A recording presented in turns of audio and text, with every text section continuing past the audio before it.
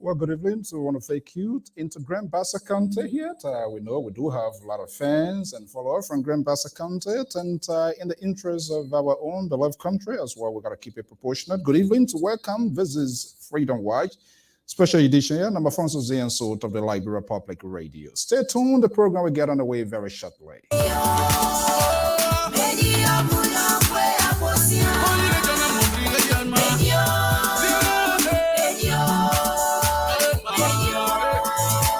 Mr. Archizito says watching from Liberia, says that's the motherland. Welcome. My own man Bio there is in the Philippines. Good evening to welcome. And I'll have Rebecca Cover, Hammonds, and all of you great people of the Liberian Public Radio. We're going to take on the community level here. This evening is the chair of the Liberian Community Board of Directors of the Liberian community is here. It's my special guest. We're going to do the fallout of the aftermath of Major Jefferson KOJI visit in the ocean state of Rhode Island.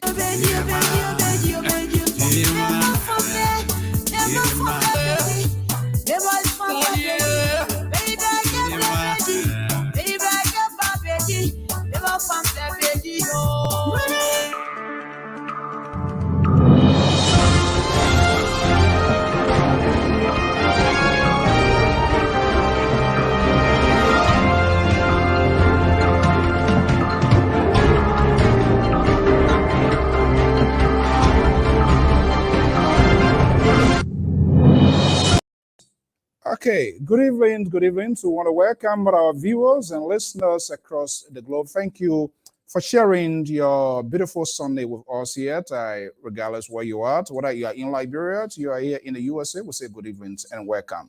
I am Alphonso Zean Soe of the Liberian Public Radio and Lpr-Tv. We're going to still be taking it on the home front. A lot is unfolding here. Let's go quickly here to our talking point and see some of the news making headlines. Here, it is quite interesting.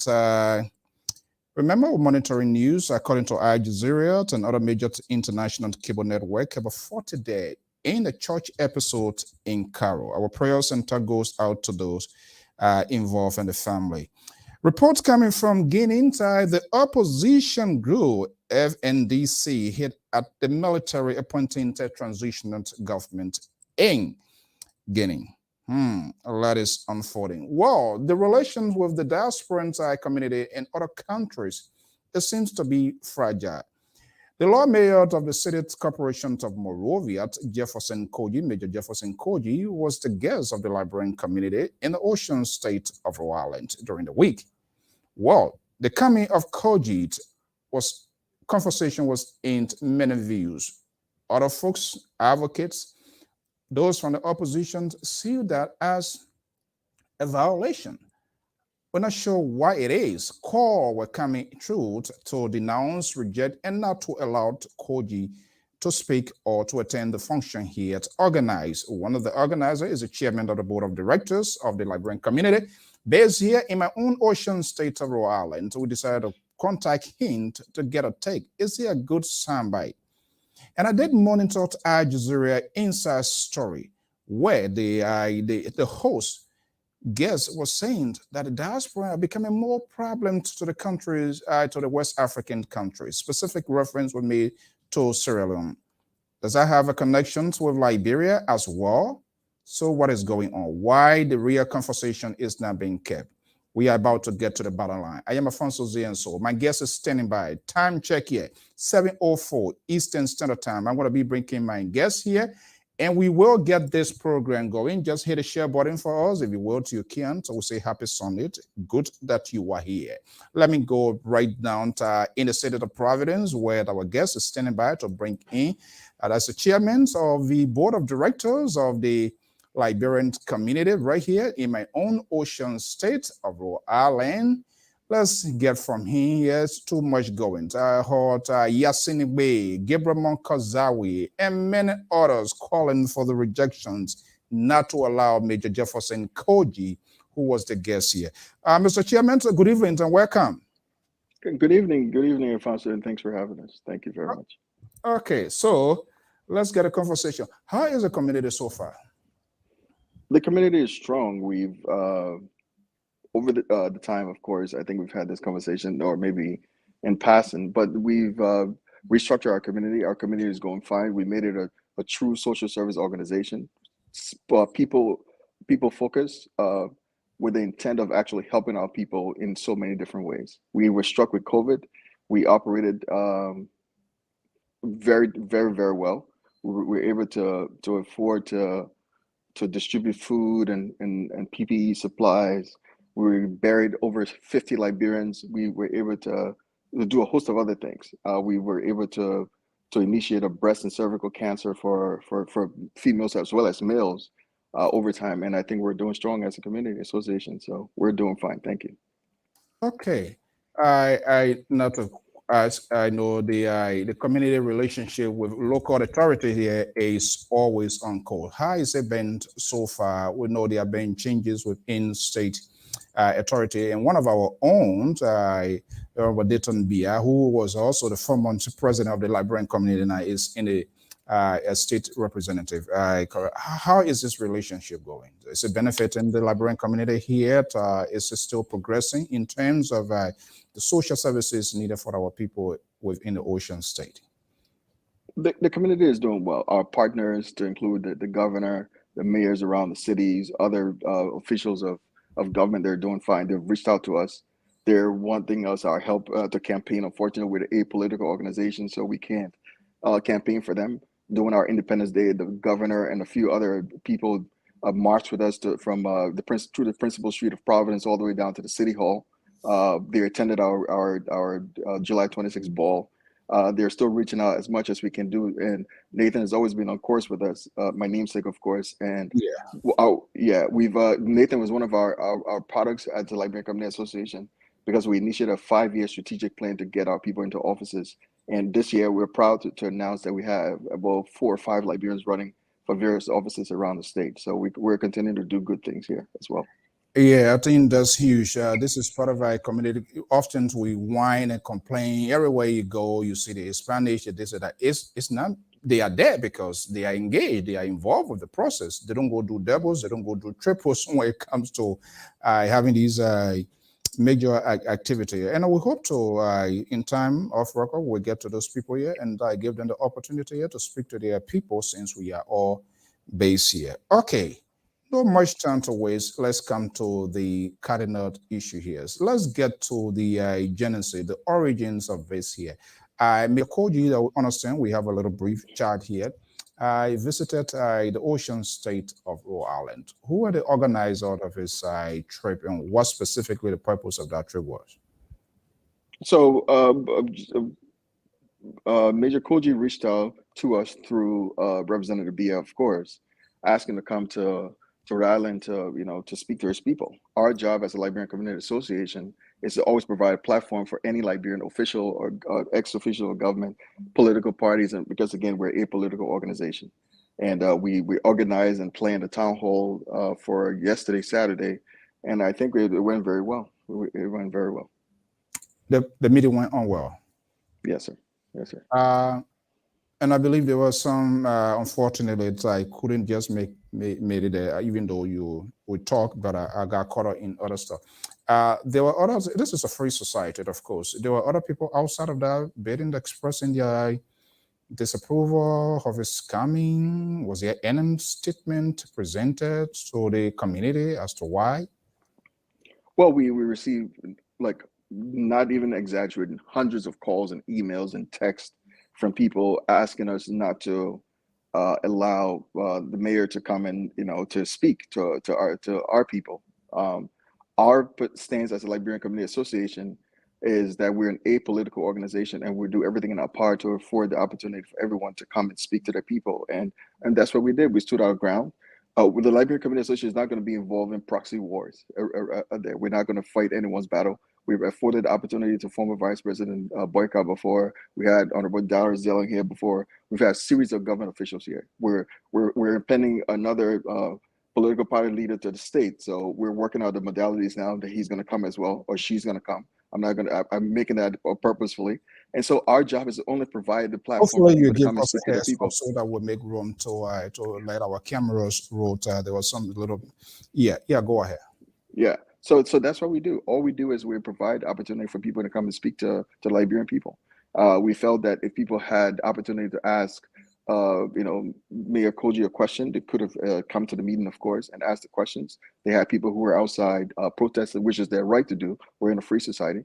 In the same token, people who were expressing their opinions and all that were asking us to literally stop someone else from expressing their opinion, their ideas or whatever it is. So we stood our ground and we ensured that the program went on. It was very successful. We did have police officers on scene for personal safety of our guests and the protesters as well.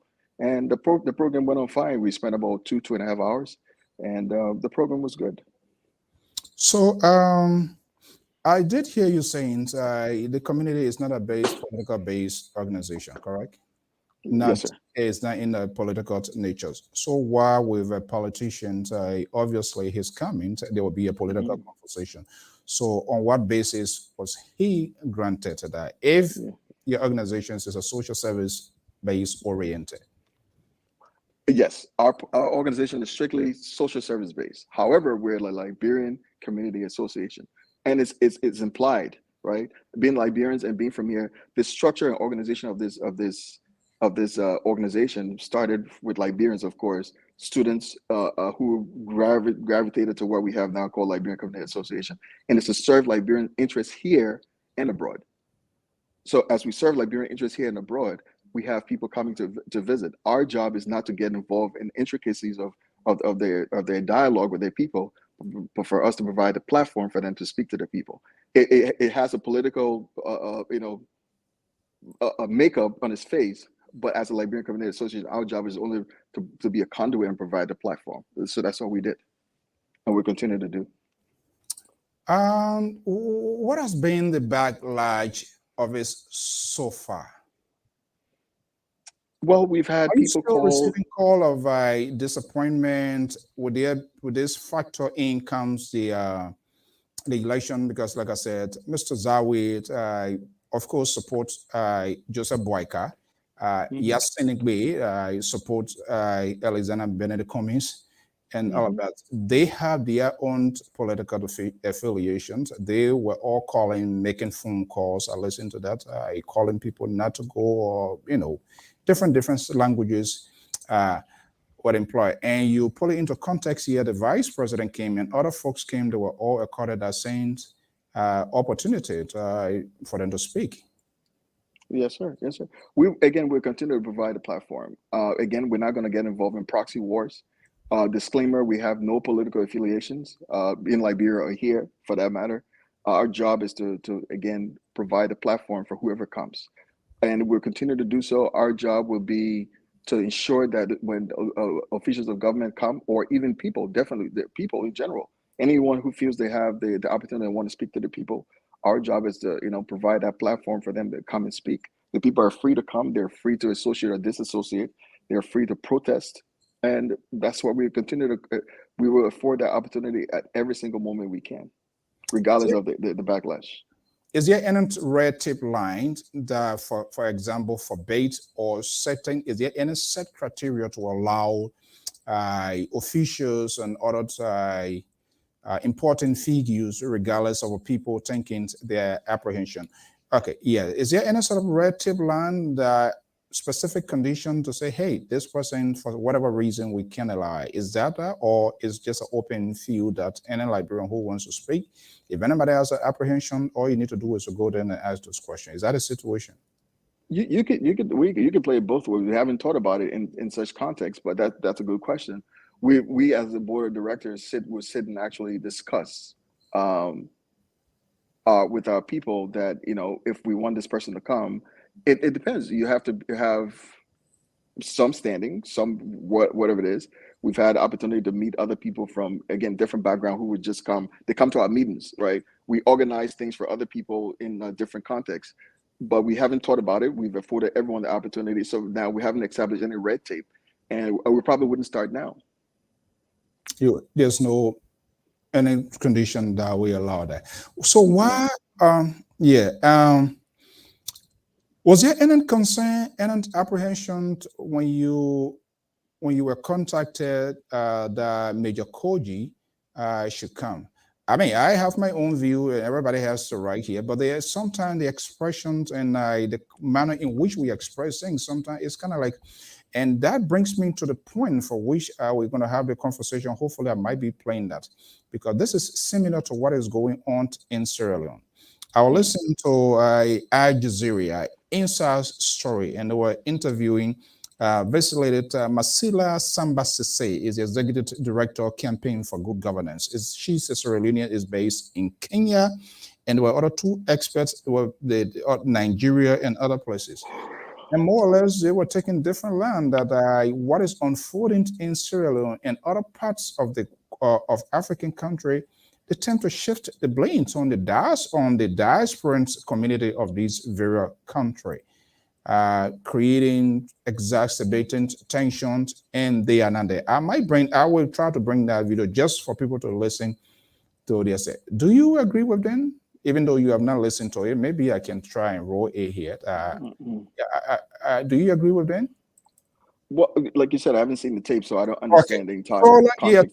Courtesy, okay, let me see. I can play a courtesy of Al Jazeera. This is, I will just get the audio to Mandanta Masila Samba Sese. Let's listen to this and we'll come back to the conversation. Vacuum, the information vacuum is felt. Citizens want to really hear from the leaders. We have urged in several places for dialogue with groups, young people. Sierra Leoneans must understand that, yes, the social and economic situation are real, but the challenges that we face in our country, violence is not the option. So we want political leaders to ensure that we take away the violent communication and we fill that in with citizens' engagement, because there's currently a communication deficit. And unfortunately, that has been filled, by an information, violent information, especially coming from the diaspora. There you go. Especially coming from the diaspora. This is advocates. I'm not talking about these people we have around here doing all sort of, I have my own reasons with them. Yeah, all their own advocacy is strictly political, nothing else, nothing they can count on. If it is not in their favor, it's not and that is ridiculous on the part of these advocates, commentators that we have here, so politically driven by their, becomes more or less worshipers. Yes, we have genuine grievances and genuine things to have dialogue, conversation with national government, whether we agree or disagree.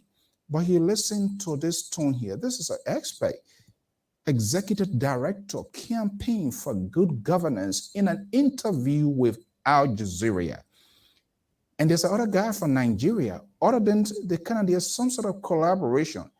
So, and what they are also calling national government perhaps to create some sort of opening. And I think we should make use of this sort of opportunity. We can agree, disagree with these people, but when government officials come, for God's sake, we give them, let them kick the can down the road. Let them avoid asking these tough questions. Let's see whatever they are exhibiting on ground, what it will be shown here. And then we can know the action.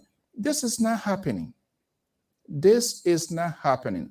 So it comes back to the point of the communication this lady is talking about that is not connecting.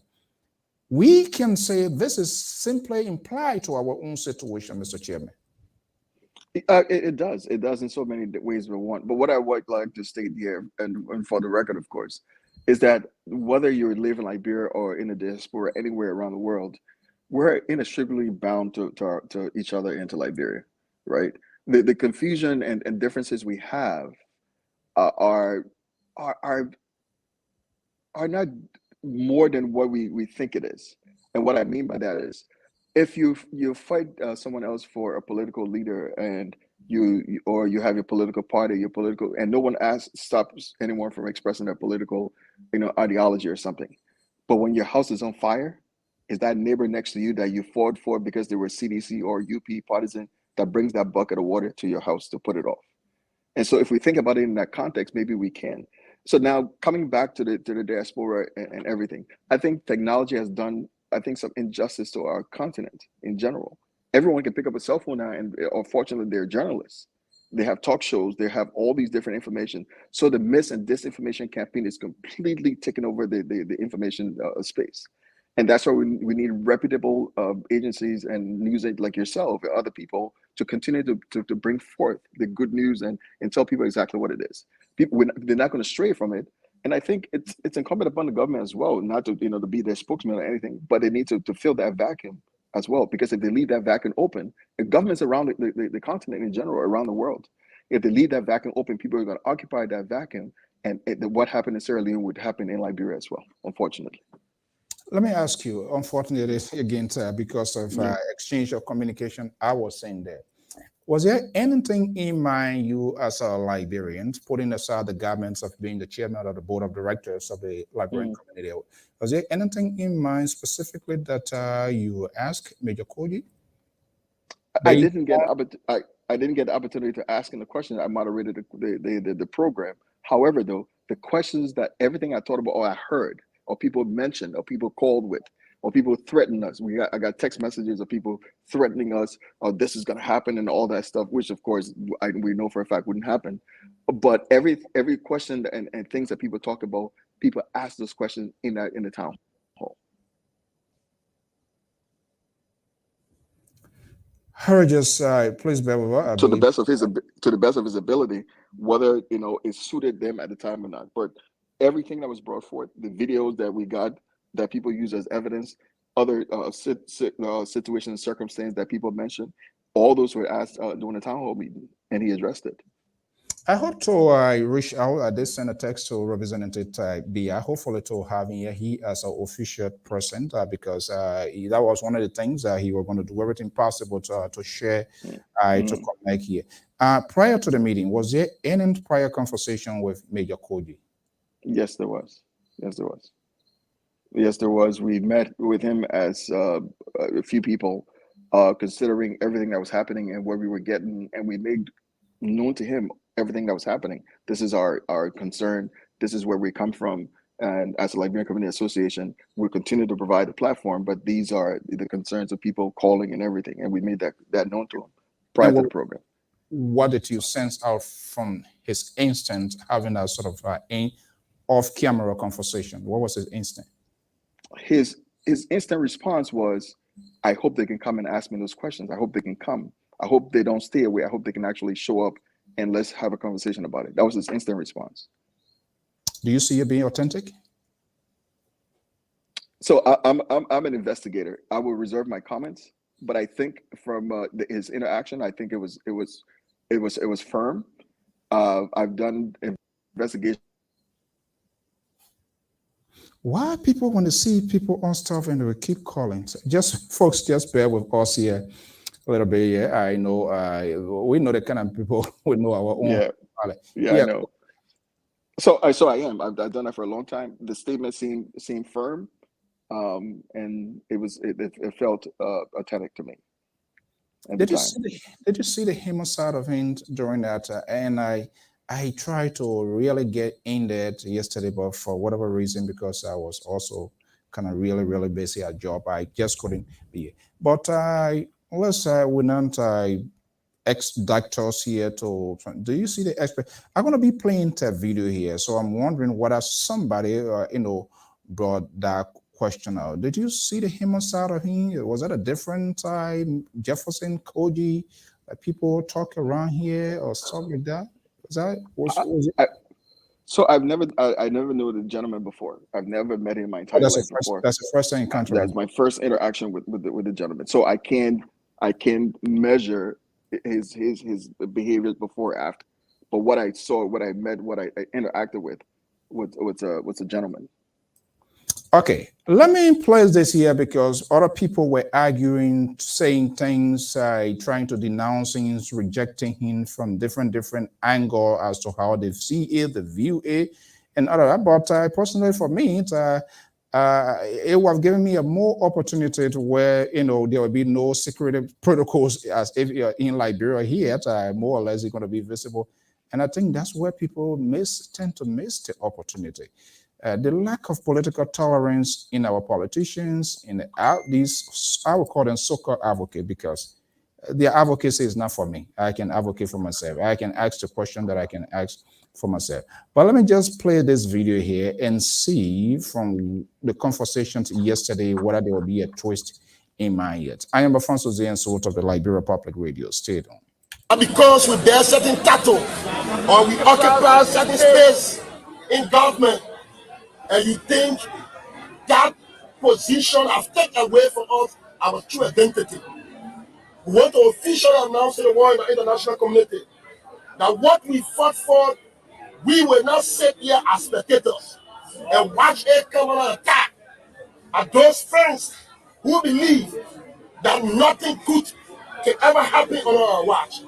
We want to say, moving forward, when there is any call demonstration, as lawmakers can lead, want to say in an official capacity, whether you call me mayor or you call me youth chairperson, want to assure the public and the international community, we will be protective of our democracy. We will be on the scene also. We will lead such forces also.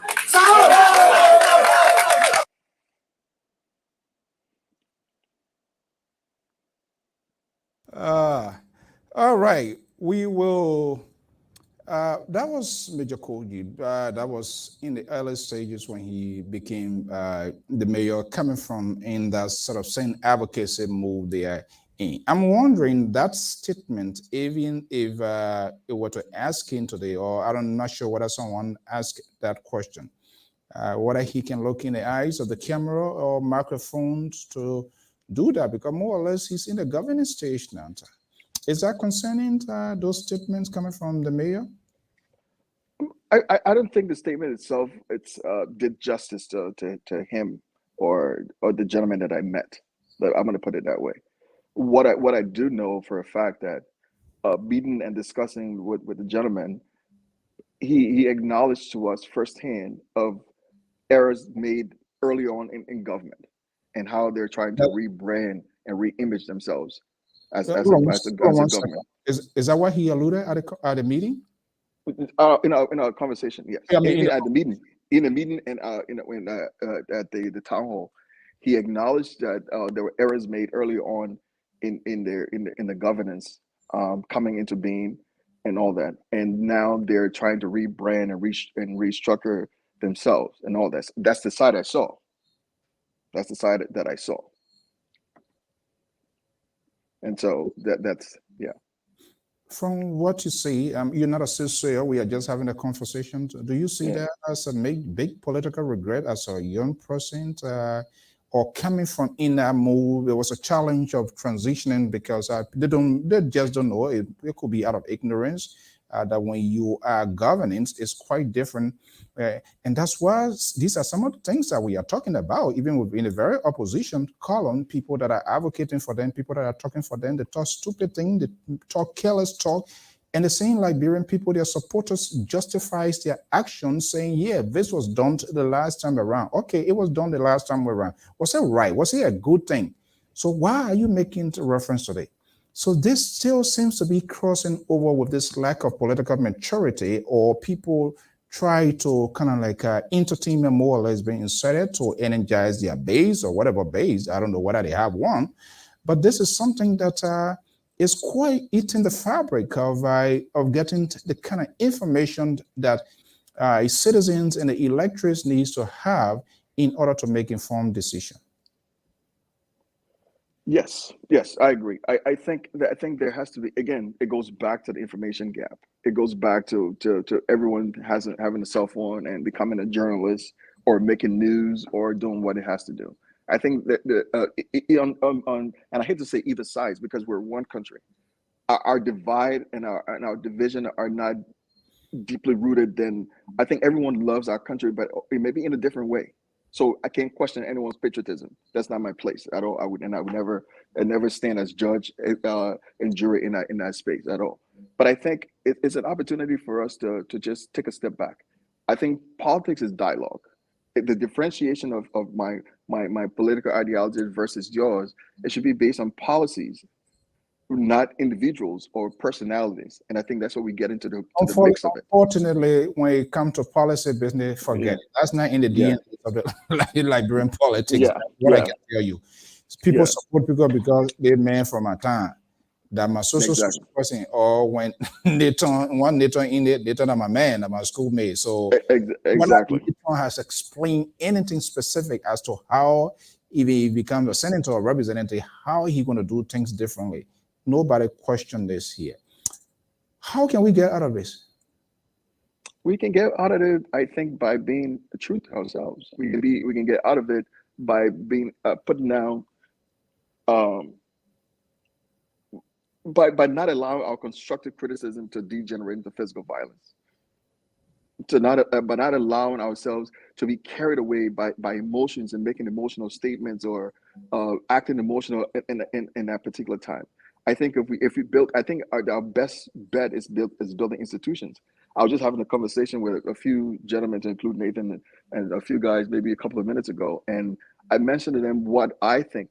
And you were on your program once. I think I called and we had a guest who was running for the senatorial seat, I think in like River G or Maryland or something. Yes. And I called the program. I think our rebirth as a country comes from us repealing Article 54D of the Liberian Constitution and giving the power back to the people. What that means is the president would not, appoint superintendents and all of those. The municipal, just I don't know why they kept calling and calling. So that's what I think. I think if we give the power back to the people and it let the people invest in the people, I think that's a great road. But I think it's a conversation that needs to be had. I think we need to stare each other in the face and take a step back and know that there's only one Liberia, regardless of where your political persuasion lies. And if we look at it that way, we can do better. Who should lead that sort of marathon to drive that sort of dialogue conversation? So I'm a soldier, right? When we're on the range, right? Everyone is a safety if something happens. So everyone's responsibility to drive the train. We have to start in our homes. We have to start with our family. We have to start outside, the people who are closest to us.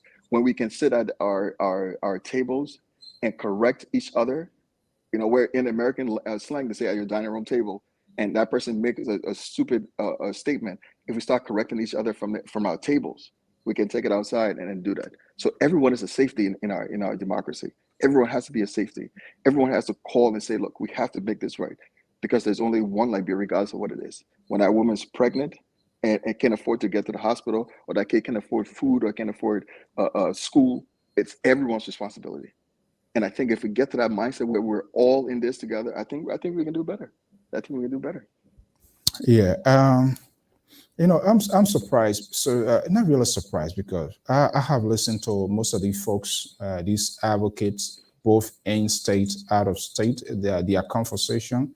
It's a disgrace to modern civilization. The man on the context in which they channel their grievances. You know, the opposition, they are lazy.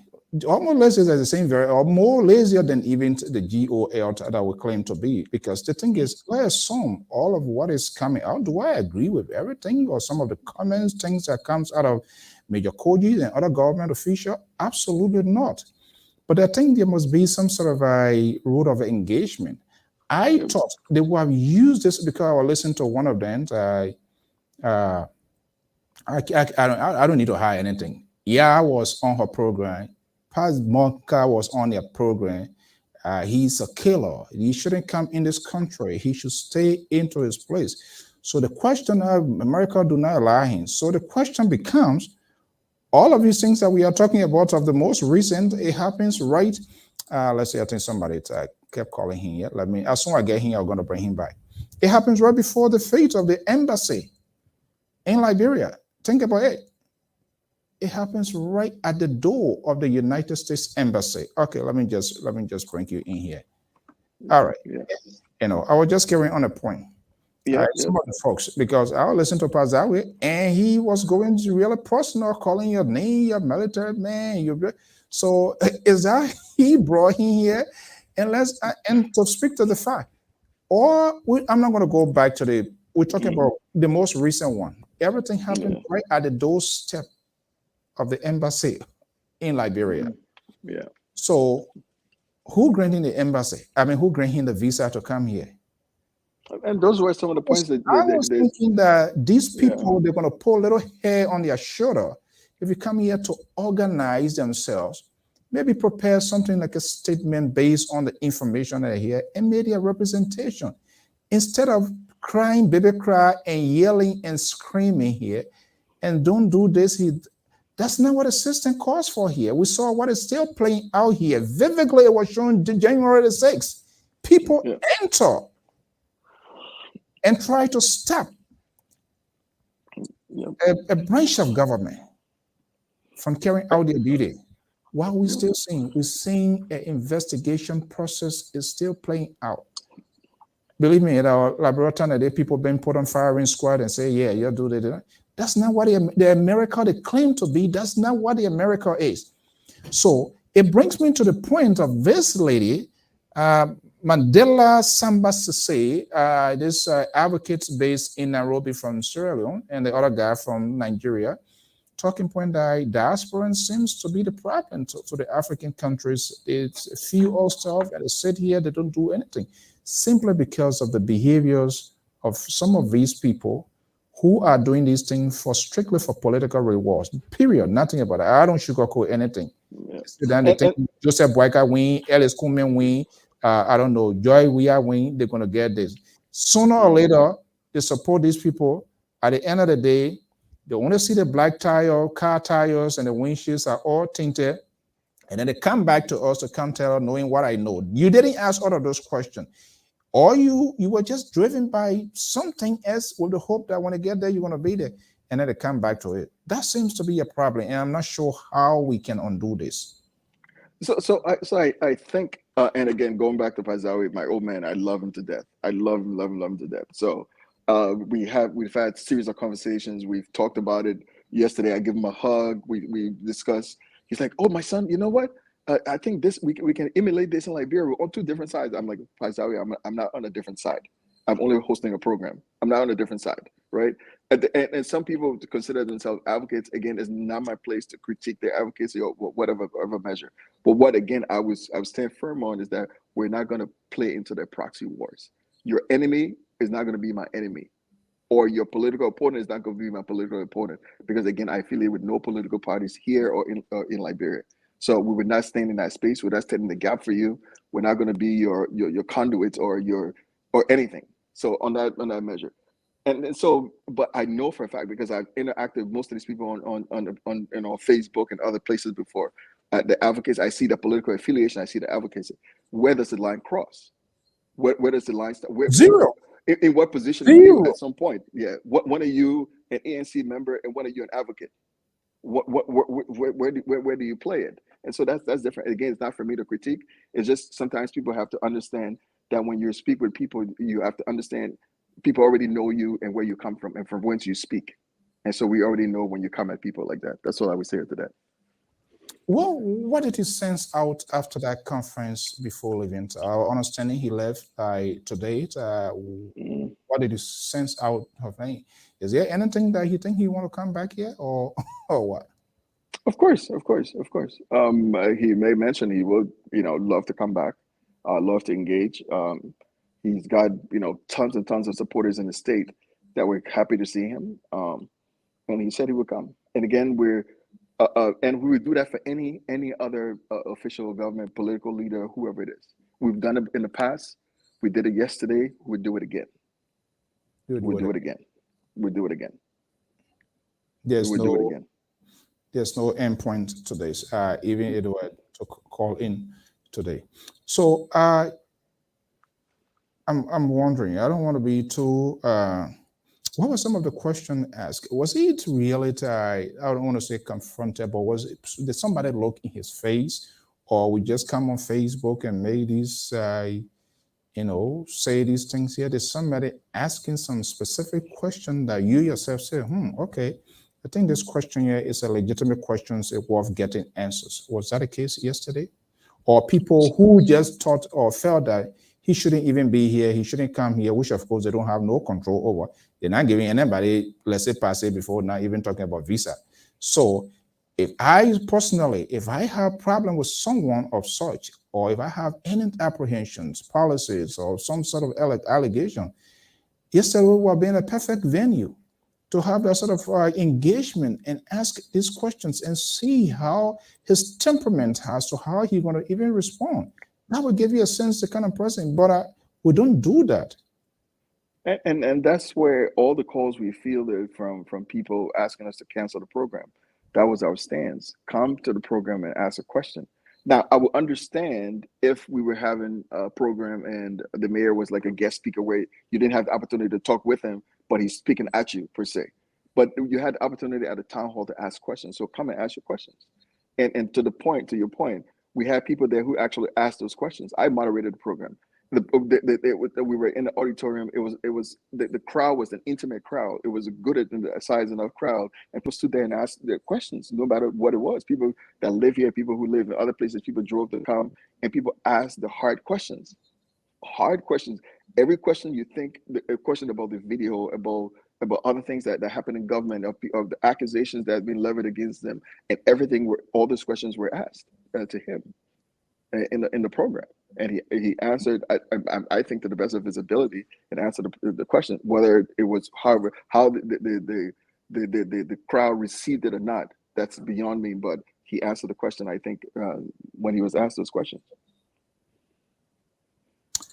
I'm Alphonso Zean Soe. We're going to take a quick break, Mr. Chairman, to get a glass of water, and we'll be right back. Yes, sir.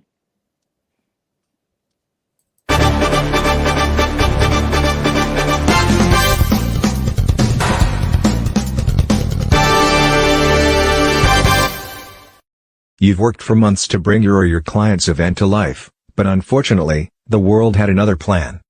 In reality, the only thing you lost is the venue. We take your vision for hosting a virtual conference and bring it to life online. No matter how complex your agenda is, we produce a smooth, engaging experience. Call the Liberia Public Radio today and schedule your event. Our number is 682-433-8802.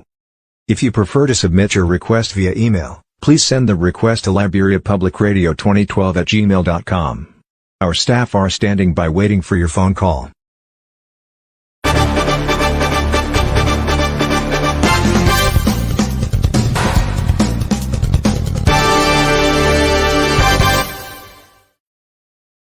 I'm Alphonso Zean Soe of the Liberia Public Radio and Lpr-Tv.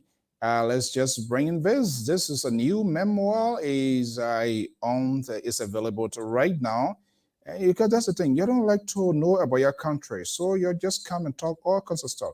You need to go on Amazon and get this book, Liberty Hijack, the history of how the loss of liberty divides Liberia. It's a new book, very cheap. In fact, I do have I will find a chairman. I do have some copies for those of you in Rhode Island, Massachusetts. $15, that's a chicken change. If you want a mail to you, $20. Read and know about your country. I think that is very, very much important. I'm Alphonso Zean Soe of the Liberian Public Radio.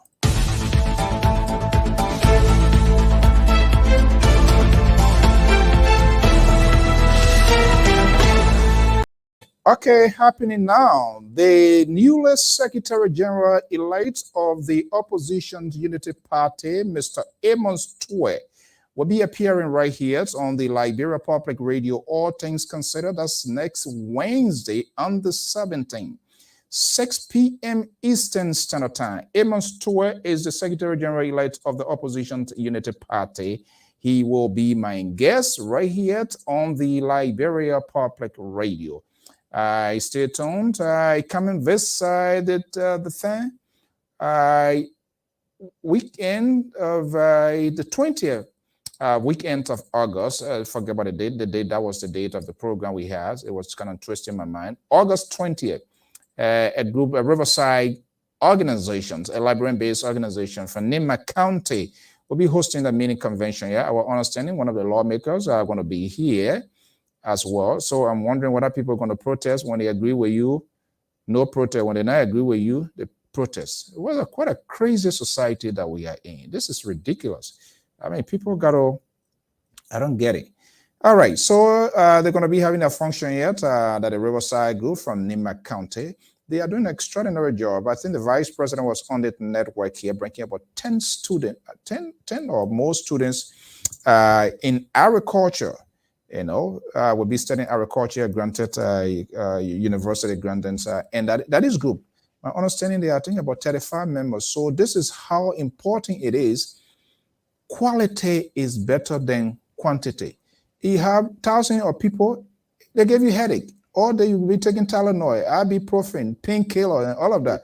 But you have a little sizable number that is contained resourceful, you have less. So these people, they've got university bringing in 30 some more 35% put together, going to be keep hosting these people here. These are the kind of things that we want to see.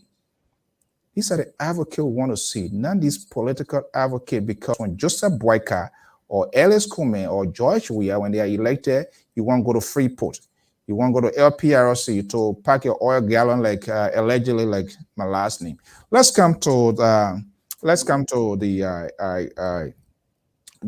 conversation. You were talking what? You expect another high-profile government official, you said? From another political party. We've already started to engage their folks. They should be here hopefully soon. And we're setting up meetings with high-level government officials here to meet them. The governor and the senators, whoever we can get our hands to. Our strength in Rhode Island is our size.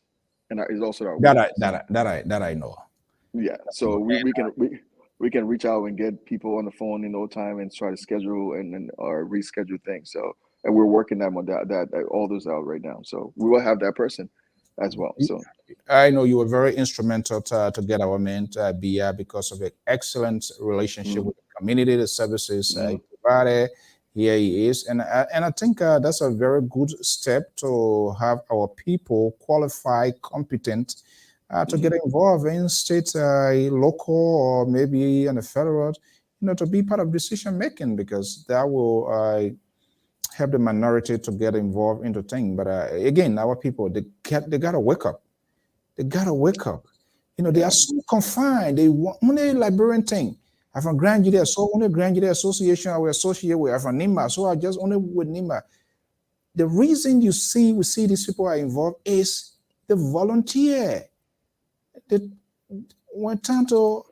remember former governor volunteering campaign, and this Spanish guy, schoolmate, and we were in a conversation. And guess what? At the end of the day, they were closed because you can't sit and then at the end of the day, other people get it and you think they're going to, that other log there, it can't come from heaven. God said, yeah. So if you choose to go do devil, and other people on those days, they decide to put their time and energy, resources together to make phone calls, that's huge. So I think I think our people, we have to break out of our silos, unfortunately. You know, we go to the same churches, we eat the same food, we go to the same cookout, we go to the same parties. And there's nothing wrong with that. You know, maintaining our identity, but we have to reach out and break out, like you said, volunteer on these campaigns and do a bunch of things. I got my sons, you know, I talk to them, and they want to help the volunteer campaign. One of my son works at my oldest son works at the city hall and helps with the mayor campaign on that side. So he's getting involved, getting in the scope of things.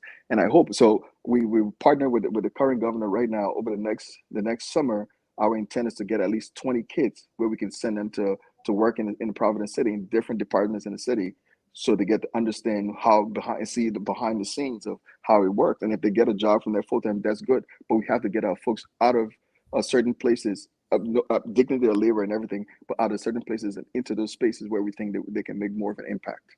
That's the partnership with the governor's office we're working right now. Oh, wow, that's a good one here. I think it's important, the sort of partnership. So do you think, Mr. Chairman, considering all of these things that is unfolding, not to limit, even though the discussion here is strictly here, do you think all of our communities across the country here, do we need to do more? Are we doing enough to have this sort of route of engagement with both local? At the end of the day, Liberia is our country. I'm not sure whether we're making our presence felt in the sense of the way we engage national government. I'm not saying one government really, because the politics is so polarized, is so divided. If that their group, they will do everything to the core of their belly and give a good image, good presentation, no conversations, no dialogue. Do you think it is time all of the Liberian communities put together and engage, whether it's a sort of belligerent government we have, whatever government have, to engage and put our own grievances? Because if you listen further to that interview, that's one of the things that they later were talking about. Some of the country right now, even though citizenship is granted, I don't know what extent, still we're not voting. We have tons of Liberians, not to mention Rhode Island and other places. Okay, it's a greater portion is being left out. What are we doing to engage national government? We can't be, it's the very politics they advocate they are doing is a give and take. You can't want all that you get. So that sort of softball, that sort of genuine conversation, you have to sit down around the table. That's why the white man or queen man say conference. They didn't pull no ring off for you to go fight. No, just sit around the table and people are going to have their portfolio, their file taken down, no things they agree with, things they don't agree with. It is not happening.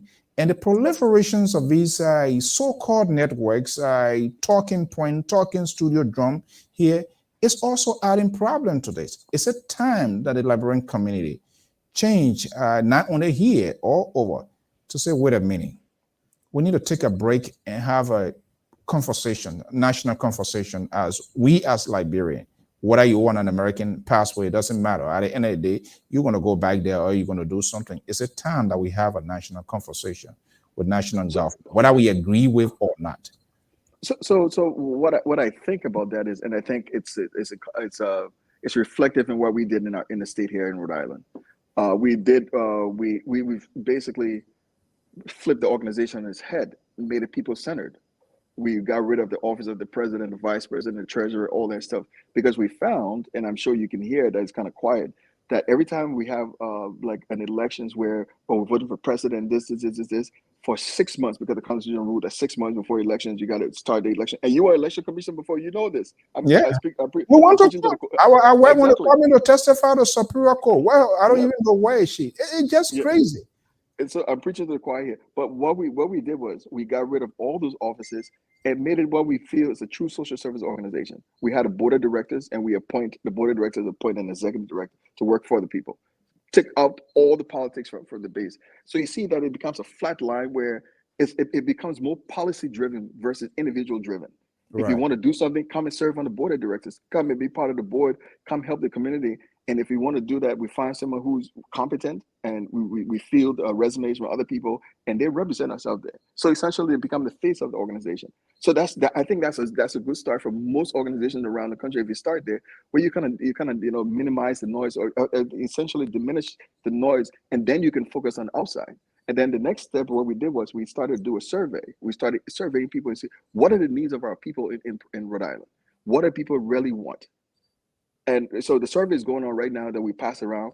On the 20th and 21st, we have a back to school for our kids. So we hand out backpacks. We've been doing it for the past maybe 6-7 years or so. We have backpacks and pencils, and do we give back to our kids? We organize through the Army National Guard, of course. We have the rock wall. We have all these other events. Our kids come out and just have fun before they go back to school.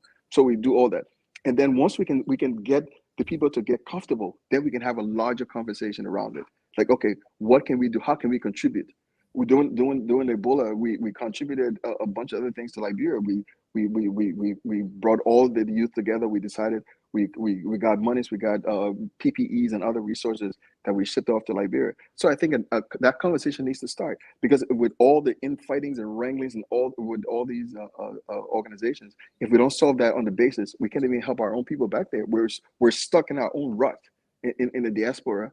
And so and focusing on Liberia it's completely something else. So we can't even help our people if we're still insulting and fighting each other on this side of the world. So yeah, I hope people will take a second thought, because whatever that we are doing here and you're doing, there is a repercussion. Okay, we agree with KOJI, the we are administration. I like to take on issues policy-wise. Suppose the other group comes, okay, we don't want boycott to come here. And every time your officials or your leaders come, they want to say something, you have a group of people to say that, no, we don't want them. Go there and listen and express your views, your opinions, your apprehensions, ask all of the questions and all of that. I kind of been slowed down because this thing here is this, and I love the position now, because this whole president thing here, he has created a shoulder pad on the hair of these people here, driving them nuts and crazy. President. They need to be called project management committee or some sort of nomenclature. That president thing, I'm happy that really you fought and other people fought hard to undo this whole president, because that is what getting people crazy and organizations being sold out to national government, to all the politicians, because they think they want to build their resume. Oh, I was the president of the Liberian community or the state of Rhode Island. Yeah. So it means they knows all. Oh, Pennsylvania and all of that. People pad their resumes with, I'm the president of the community association, to take back to Liberia to get jobs, and we feel that's unfair. So focus on the needs of the people. If you're going to serve the people, you don't need a title to serve the people. Serve the people. Yeah. I know you're a basic guy, will soon be wrapping up. Let's talk about is Liberian community still on the wind of EULA, because EULA is another organization that is sold out. We see is a community still on the wing of EULA? So we like every Liberian Community Association being an umbrella of chapter of EULA.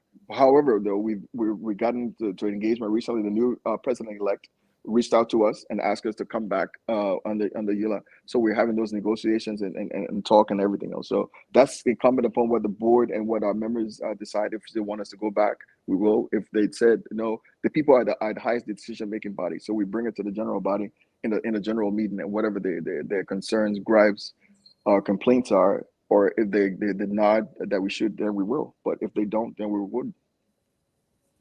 So in essence, to put a cap on the head, as far as we are concerned, like here is still, it's not fully represented with EULA or what?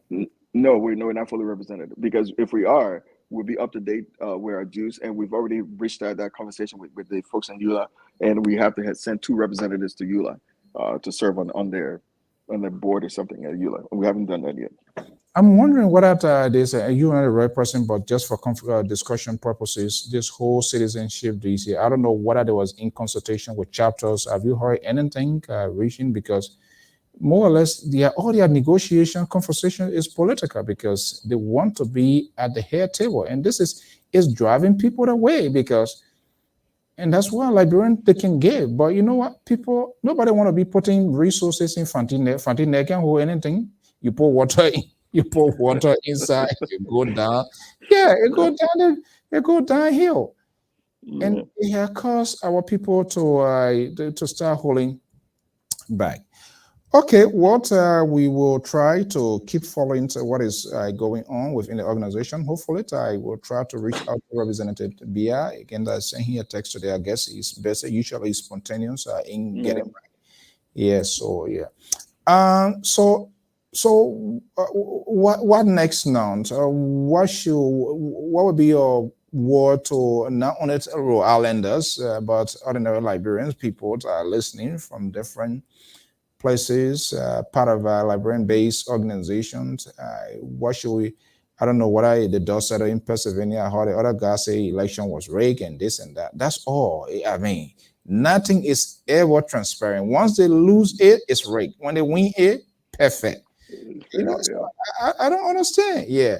So what would be your message? What would be your message to those Rhode Islanders, Liberian fighting here, even here? What we need to be doing? What sort of conversation do we really need to be having at this point in time? I think the key takeaway here is even having a conversation, because people don't talk to each other. That's where you need to start from. We need to have a conversation, an honest conversation with each other. So I had a phone call today from a very good friend of mine, and he's like, someone said that Major KOJI was coming, and Nathan was behind the in organizing all that stuff, and they mentioned you. I'm like, no, that's not you. And they mentioned that, oh, he's in the army. I'm like, no, that's not the Nathan I know, because he's a stand-up guy. He's this guy and everything. So he asked me, I'm like, yes, it was me. He's like, oh, whatever you do, don't put your reputation. I'm like, so you've known me all these years, and because of an isolated incident, or because people feel I shouldn't do this, so now all of a sudden I become this other person, and that's the conversation we need to have. We need to be honest with each other. I'm glad he was honest and upfront with me, and we had a frank conversation, nothing personal. But those kind of conversations need to happen. What we need to, whether I understand where he came from, we need to have an honest dialogue with each other. And I hope every Liberian Community Association across the country will emulate we took that model from Minnesota. We took that model from Minnesota. I hope they do it where the community association needs to be more people-centered, where it's people-focused, where we're not padding our resumes to run for offices and all that stuff, where people beat their chest, the president of this organization or the vice president and all that stuff, where we make it people-centered, a true social service structure, and not these pseudo quasi-political organizations we're running, calling ourselves community organizations. That's where I think we need to start from. And once we start from that, we can take a step and maybe focus on our people.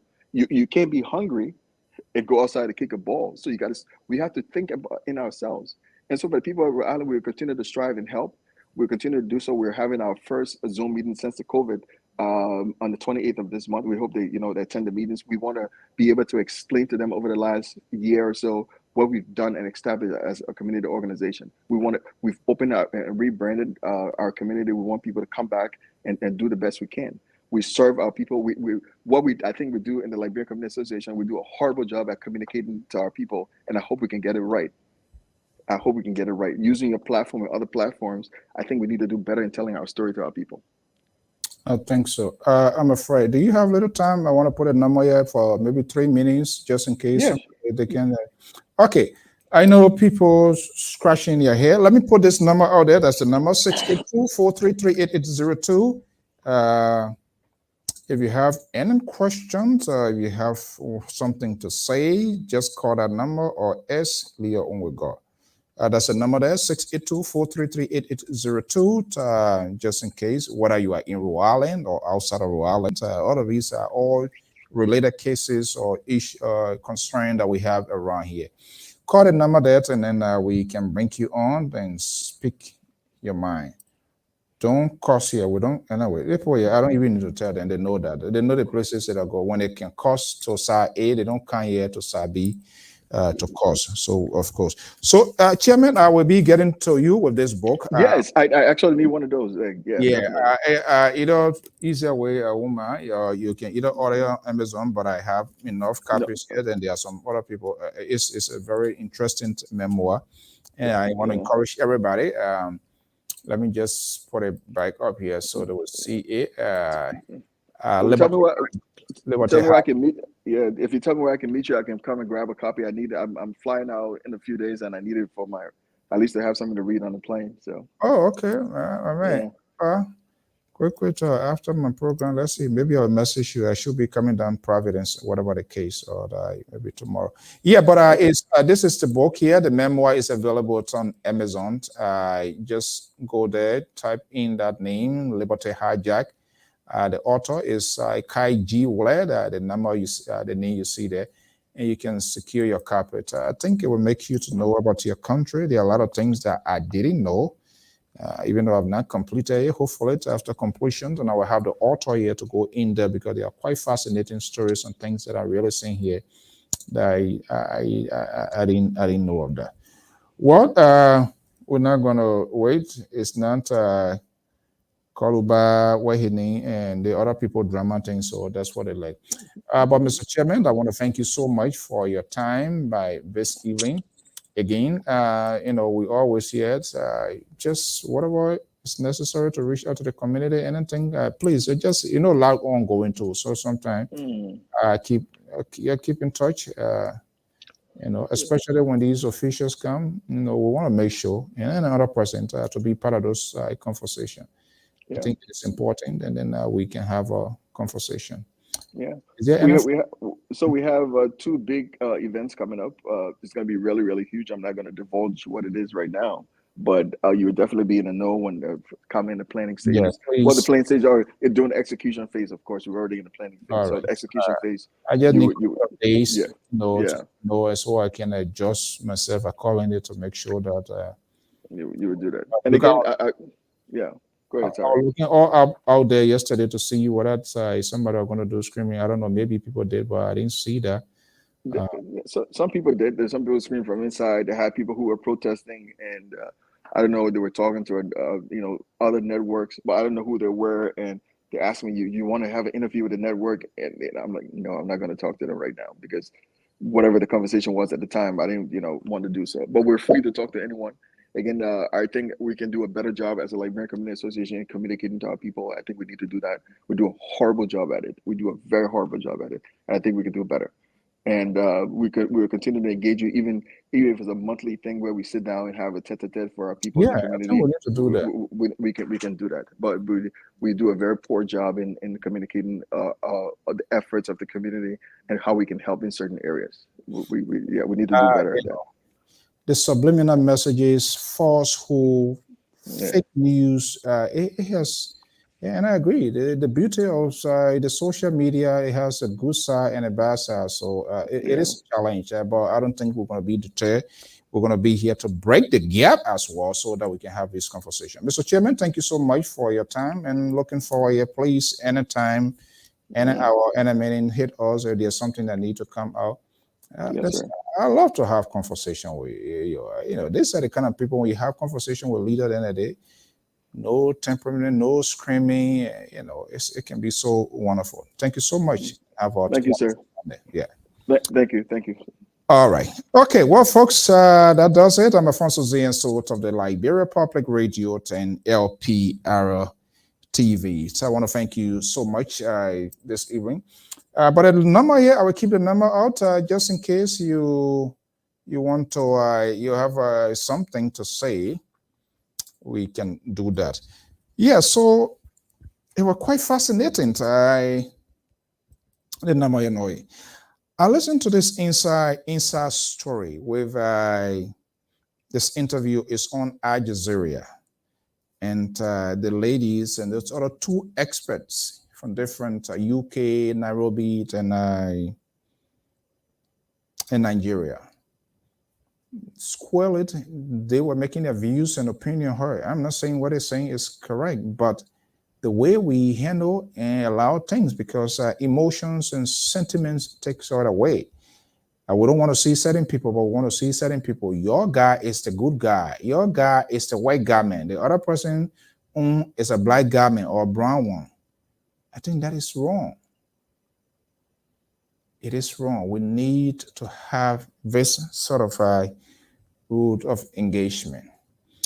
Always. We need to have that. So this Wednesday, so we're going to go more or less political. Alphonso Zean is the National Secretary General of the Opposition's Unity Party of Liberia, the former ruling establishment. He's going to be my guest right here on the Liberia Public Radio. So this is Alphonso's take. It was quite fascinating yesterday. I watched our sister network television, Spong, BKS platform. I don't usually like that name. I don't want to be the biggest. I don't want to be the smallest. I want to be within my own comfort zone. But there was a bizarre episode and the danger involved in politicians and even the media being in full control or having some leverage with government. It kills the purpose and the ethical values of media institution.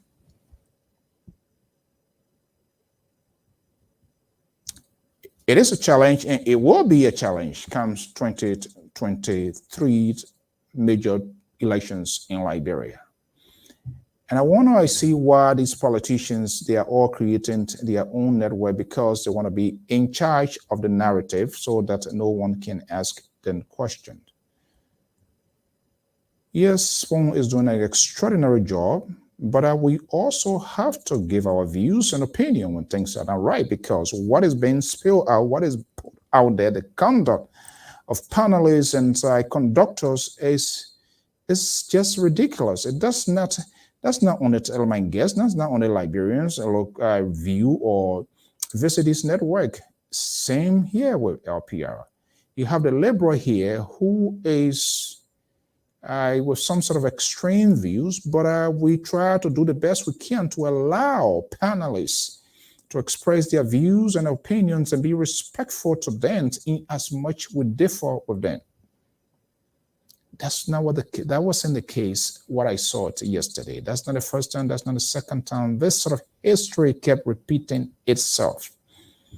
And for the big media tycoon to come and to allude to the fact that they can and have authority, they can influence top government officials to do things, is concerning. It's dangerous. That's not a role of media. You're not for, you're not against. Yes, you can have a connection. It's good, it's beautiful. I wonder why these people, when you call them, they don't want, because they have some close attachment with these people, and so that's leverage is there. Yeah, someone's fair to say it happened everywhere.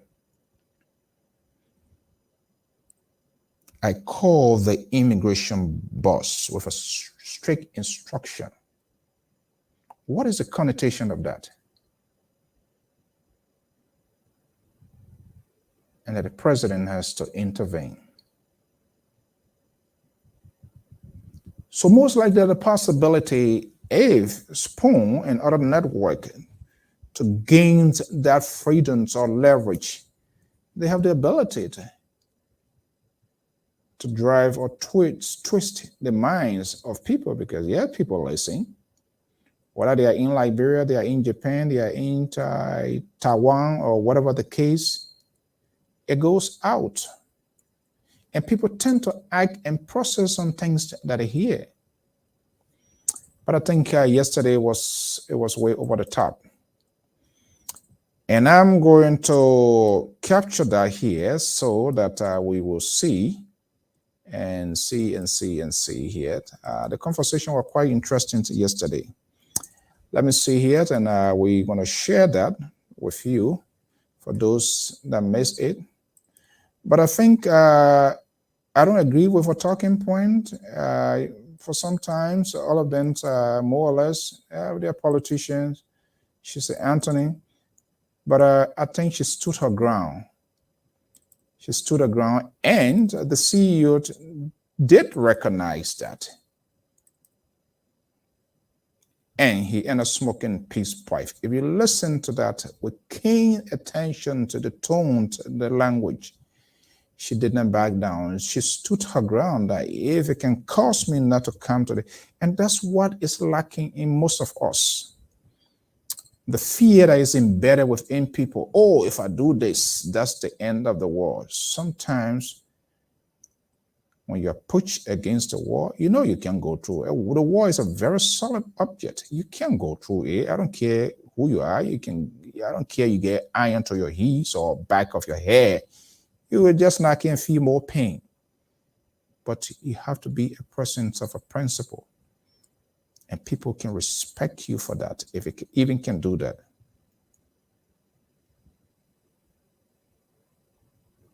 There's a need. The rest of the panelists, respect all of those people that in numbers. I know what it means to sit down 2-3 hours to sit and talk about the country and do this.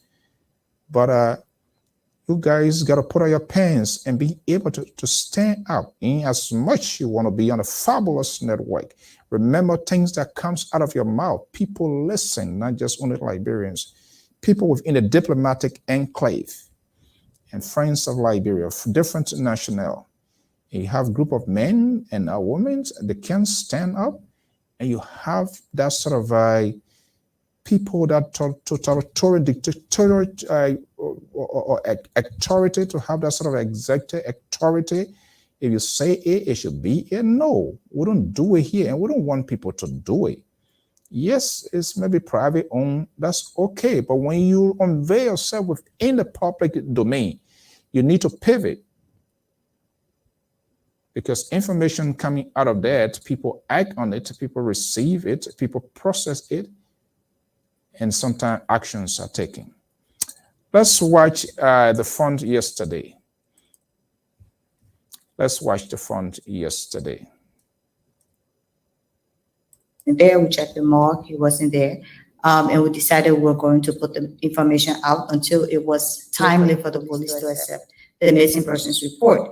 When that information was put out, the Minister of State reached out, and the Minister of Justice had reached out to the office, and they said that the police should not have said it's too early. They were going to check and investigate the matter. And while I was going to ask for more information, and we're able to get the youth chair, at some point information came that he was on his way home, and his wife confirmed that he had arrived home. Now, that is standard procedure.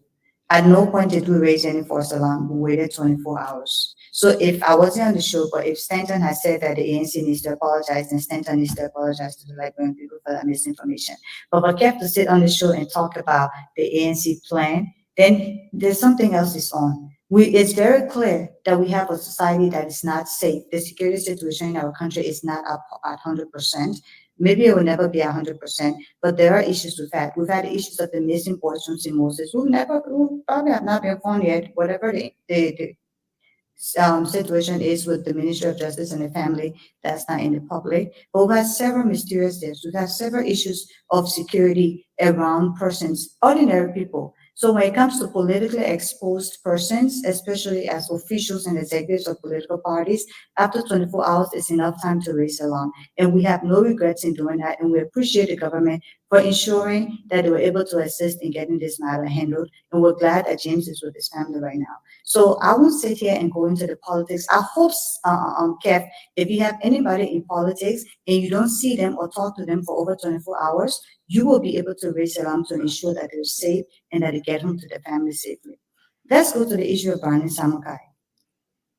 I understand you may have some comprehension issues, Kev, but when someone say that I will not put the burden of integrity on you, they're basically saying you got no integrity, so I don't expect it from you. What Mr. Samukai said on the show was he will not put the burden of integrity on the executive. He will put it on the judiciary because he expects more from the judiciary. He doesn't expect it from the executive because they got no integrity. So for you to sit there and say he didn't blame the executive, he blamed the judiciary, that clearly meant you didn't understand what he said. If I ever say I will not put the burden of integrity on Kev, I'm insulting you. That means I'm saying you don't have any integrity for me to expect you to have that burden. So let's be very clear. And yes, the judiciary does have a higher burden, and he did put the burden on the judiciary, but it wasn't absolving the executive of any responsibility. It's saying, look, they may have some responsibility, but I don't even put that burden on them because I don't expect any better from them. At the end of the day, it's clear that Honorable Samuka has some level of a... Just hold on 1 second here. Let me see here. Let me see. I want to really get to the substance of the conversation here. And let's see here. He was lost in from his house to the birthday party. We didn't know what he was. They had a whole show on this today. Let's stop calling the crowd with misinformation. Let's stop this. If ANC will win the election, they will win the election because God says so. The people will vote for them. To have the situation and the fear mongering and to install fear in the lives of Liberian people, it's wrong. If this government do it, I will tell the government. If the Unity Party government do the same thing, I will tell them. We denounce everyone, or whatsoever situation may be, the burning down of Reverend Tapper House. It is wrong. We said it.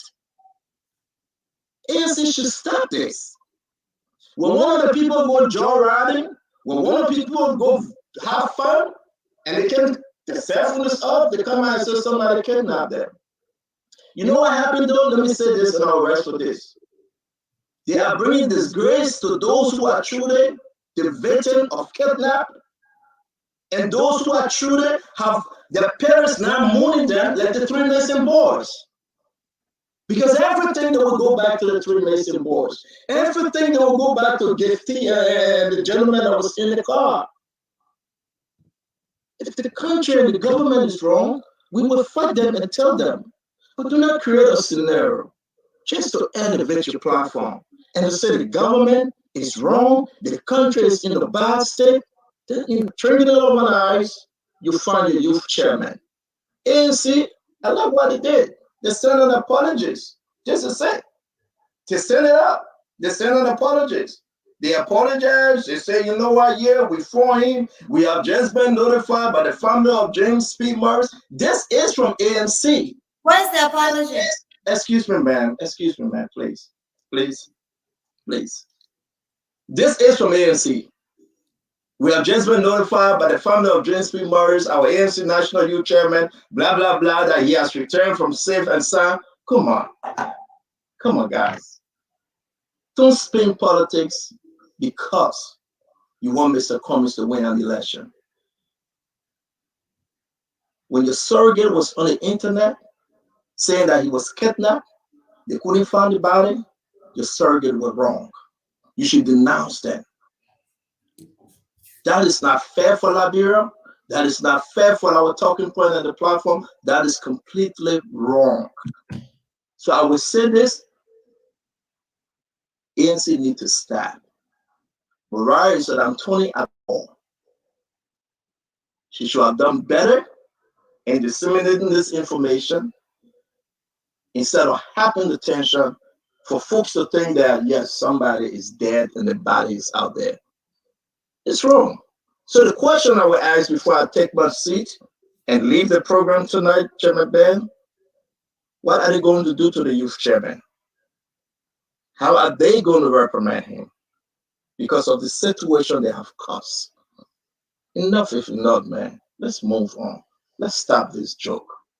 Okay? Let's stop.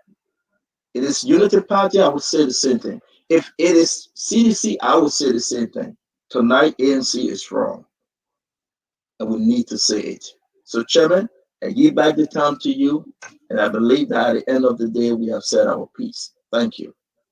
Thank you. Mariah, do you want to? I know you want to. Of course I do. If you bring Mariah on, then I'll bring you on. You gotta go. It's not fit. It's not fit. You and I said those things. Mariah spoke. You said I was you and I. Mariah spoke, Chairman. Everybody listen to her. It's not because it's my platform. This is everybody's platform. But she spoke. And if you want to give her a chance, I will come up with another rebuttal. You can come back for your rebuttal. Okay. your choice. Because I am speaking to Chairman Sylvia. So, I'm not when you were speaking, you alluded to the fact that she was going to come back. So that's why I said she should. And I just making my point. You will get my 30-second back. So let me just say a couple of things.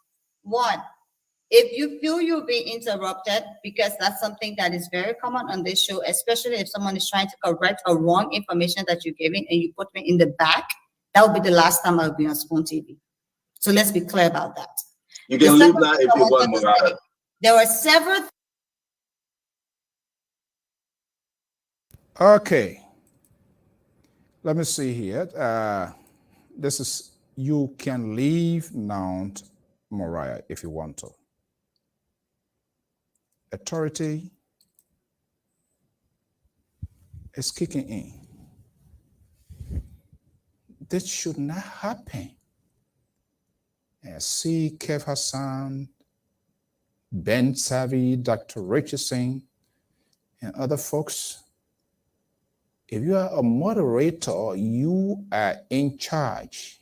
It is your sole responsibility to make sure viewers, these people that come to listen to us, not that they are bored, not that they don't have work to do, or not that idleness is killing them, or there are some folks in Liberia spending their last data because they are in desperation to get news, information, so they rely on us.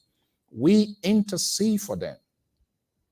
We choose to do it at our own will and timing because perhaps some of us, it's our professions, it's our passion. So there must be that decency and courtesy to these people, regardless of our own political blood that is embedded within us. But it's hard to contain that.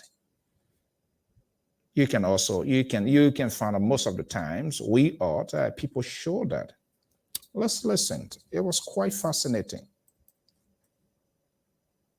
Things that you said that were clearly erroneous. Nobody ever said Iva was murdered or killed. And that was the correction I was trying to point out to you. Nobody ever said that James Morris was kidnapped. You said he was missing, he could not be contacted. Nobody ever apologized from the ANC. As you said, the ANC issued an apology. That statement did not have an apology in it. It was an update on the issue of James Morris being found. So let's clear that.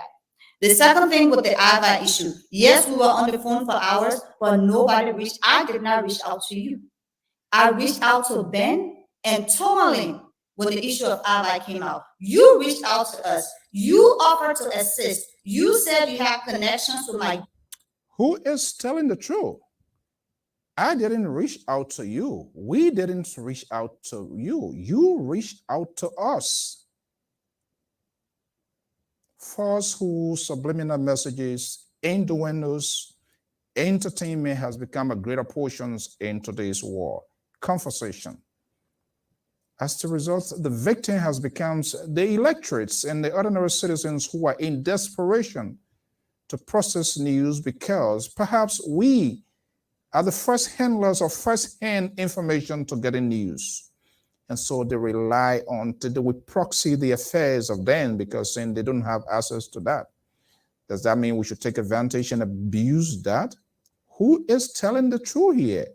Why somebody can answer to why we as well in the media world can take responsibility? Is it happening or hurting the country? We are in a consequential time where the media will be a crucial part to the democratic process in Liberia. 3 major elections will be held, the presidential and the 2 lower house of government, the first branch. And for media guru to network, to adapt or to get into this sort of a mode where they could potentially detect to voters or influence voter decision making is dangerous to the country. Let's take a mode. Let's take a listen. And the government, and you are going to reach out to them to ensure that ABBA was safe. You said ABBA was okay, and I told you I cannot believe that ABBA is okay until I speak with him. We made efforts to speak to ABBA, and we could not. And so we were on the phone for a while. This speaks to your level of connection to the government. You said on the show that you woke my girl up, that you instructed the immigration guy to issue. Your connection to the government. You spoke with Magee. Nathaniel Magee is the principal deputy to the President of the Republic of Liberia. Positions almost equivalent to that of the Prime Minister, if we were to do relate the government start in neighboring Cote d'Ivoire. You walking up. Let's listen.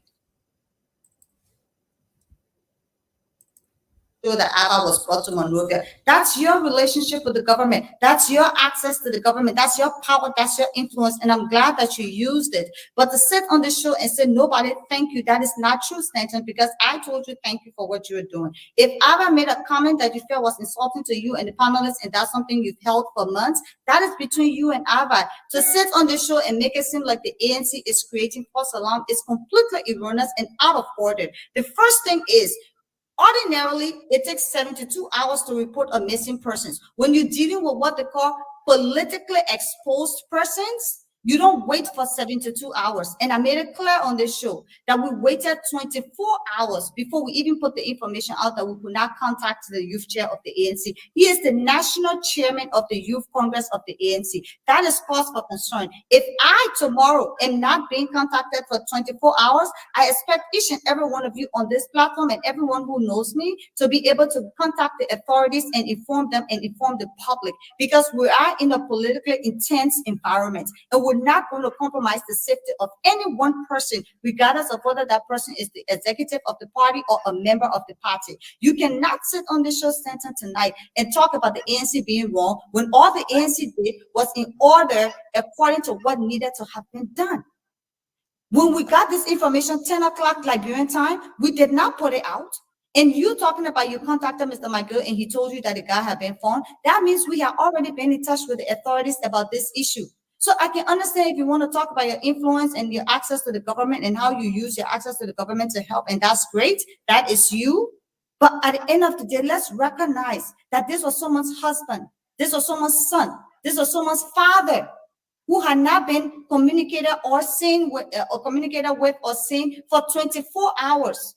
In this country, where we've had several mysterious deaths, where we have several accident issues, where we have several issues that have not been resolved. And yes, before we even put it out in the public, we were at hospitals checking to make sure he wasn't involved in an accident. We even went to the morgue to ensure they had more justice yesterday at the 72nd junction, where about 3 persons got mobbed to death and the bodies unidentified were in the morgue.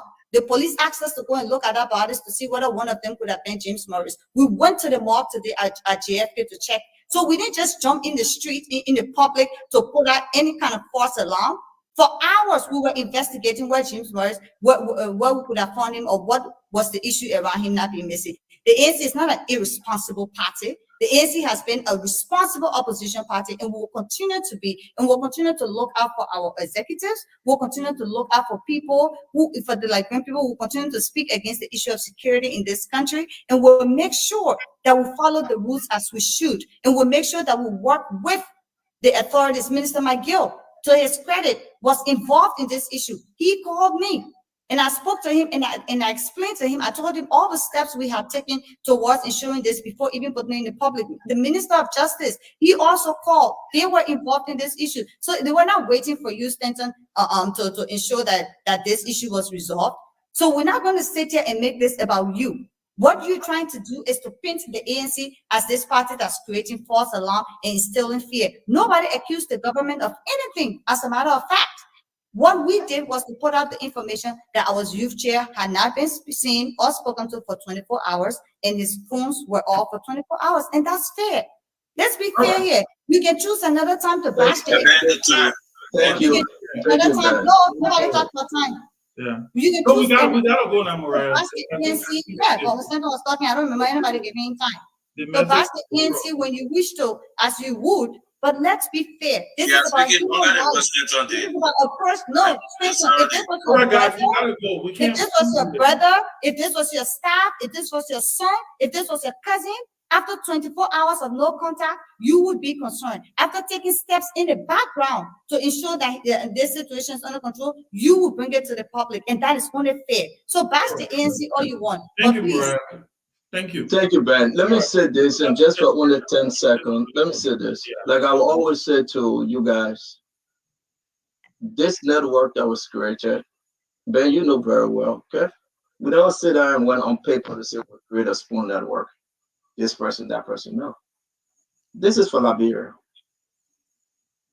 Whether I'm on the program or not, the program will continue. Whosoever like it or not, it's up to them. But one thing we will begin to put into motion, besides the jokes, we will not rudely interrupt each other. We won't do that. If it calls for right now to come back on the show, that's fine. We will continue. Secondly, it's very, very bad for a political party to denigrate themselves. And what was done today, that's a shame on ANC. They don't want to hear it, but they will have to hear it. That was a complete mess. We have some of the folks online saying that he was kidnapped, probably killed. They should come up with another good reason. Where was he? Where was he? Did they talk to him? When he's surfaced from somewhere else, he came back to life? Did they ask him? We were looking for you all over. We put an announcement on social media. We went to the police station. We called the justice minister. Where were you? No, I guess they won't. But the only thing is to see a fear in the minds of Liberians. As we try to face the situation, they try to create that scenario that yes, everybody in Liberia is a haunted house. It's wrong. Today, I will look in all of my ANC brothers and sisters, in all their faces, and say, you guys, you completely, you brought a mess onto yourself. You guys are wrong. You have done better.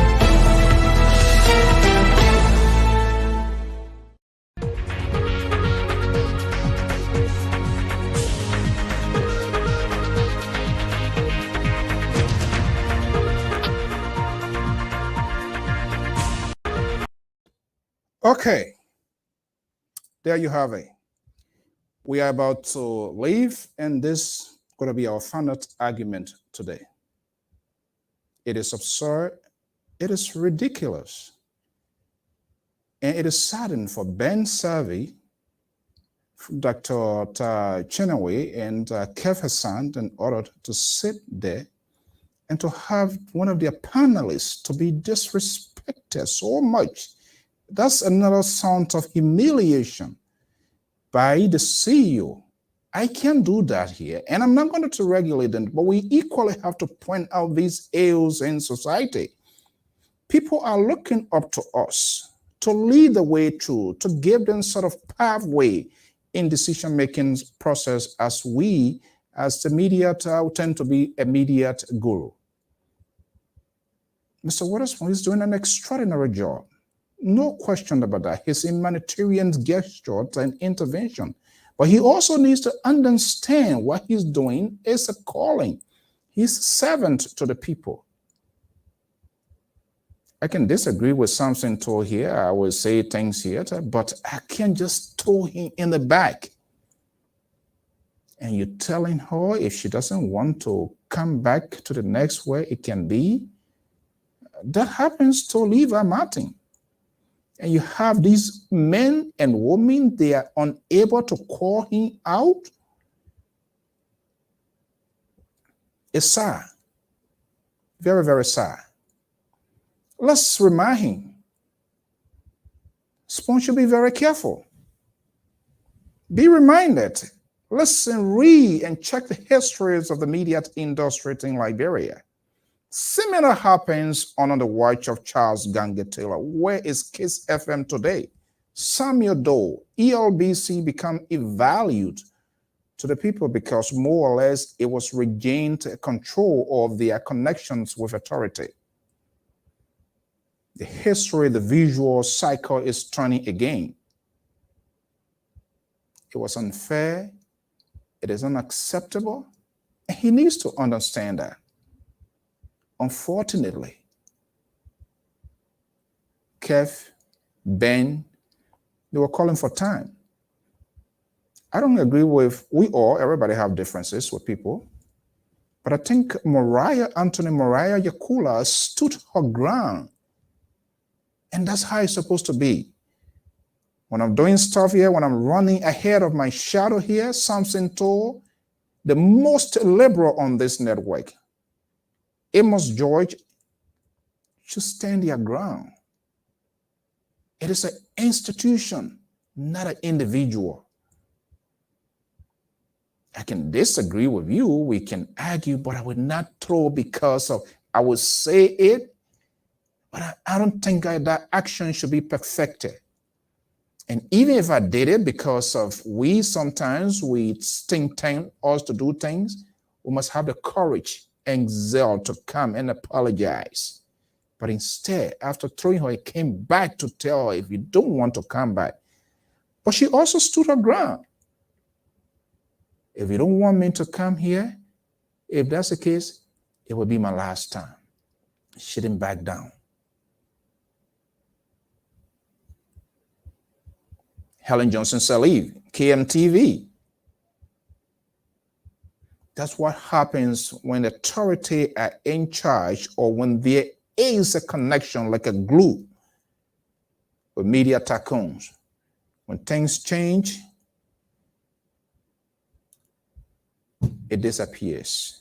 I don't want them to, but they need to go back to histories of the media, the survivance and the relationship in the past and perhaps in the present. What Mr. Witherspoon did yesterday, it was unacceptable. It was wrong. And you have Ben Savvy there talking like a baby. He's not a baby. And either friend Dr. Chinaway, she's a woman. Will she accept that when it was done to her? And they didn't say anything because you want to be visualized, you want to be saying every day, every evening on a network, and that you will have the audacity to disrespect one of your colleagues because of her views and her opinions. All words used by her, she was quoting exactly to what you said. You did not respond to that. Your connection, which is great, but I don't think she deserved that sort of humiliation.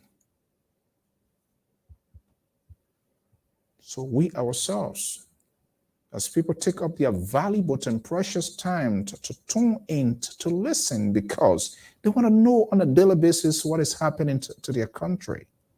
It doesn't mean, it's not just only disrespect to her, but it's disrespect to your very audience that you value so much. That is unacceptable. Hopefully to you, I'll learn a blessing. But I think she stood her ground. She fought back because we're all about integrity.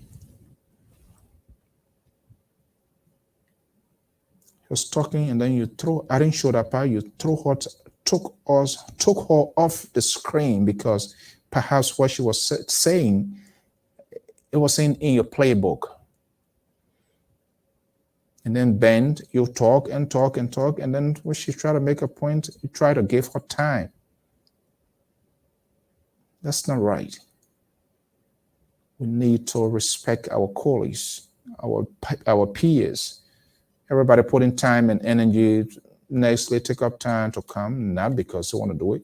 Every one of us, all of you guys, in the different forms and contexts, expressing your views, opinions about your country and things that you strongly believe.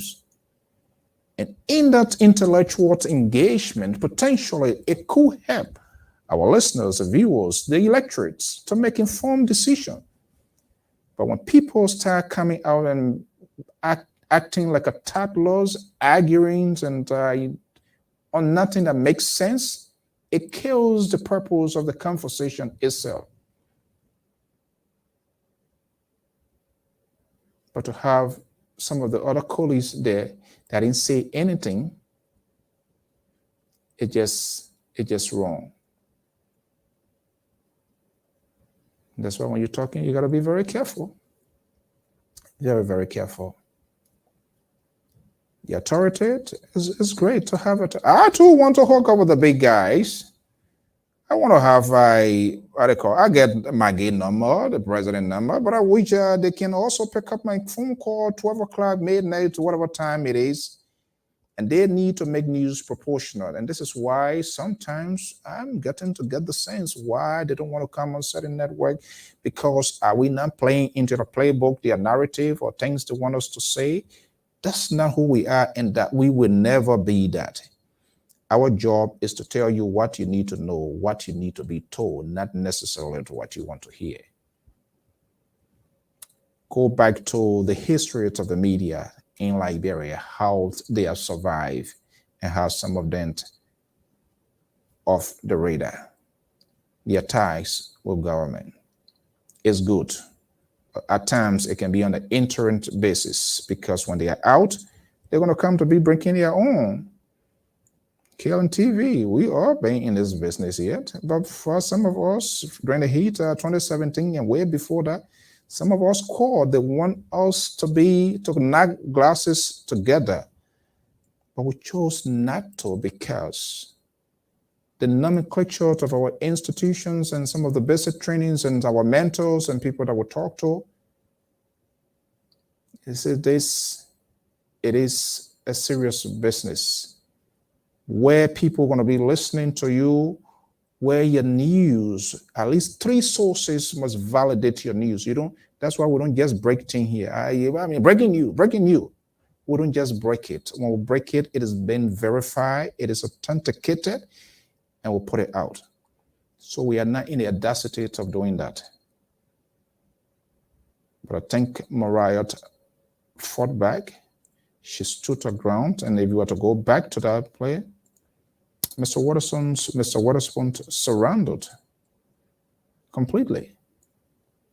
And that's why she was talking, because what she was saying, I think we all make mistakes, but when those mistakes are made, come back with courage, with conviction, say, you know what, something clicked in my head, and what I acted, what I did, emotions and other things took me away. But for Ben Savvy, for Dr. Chinaway, and Kev Hassan to sit there, and Ben giving the lady time,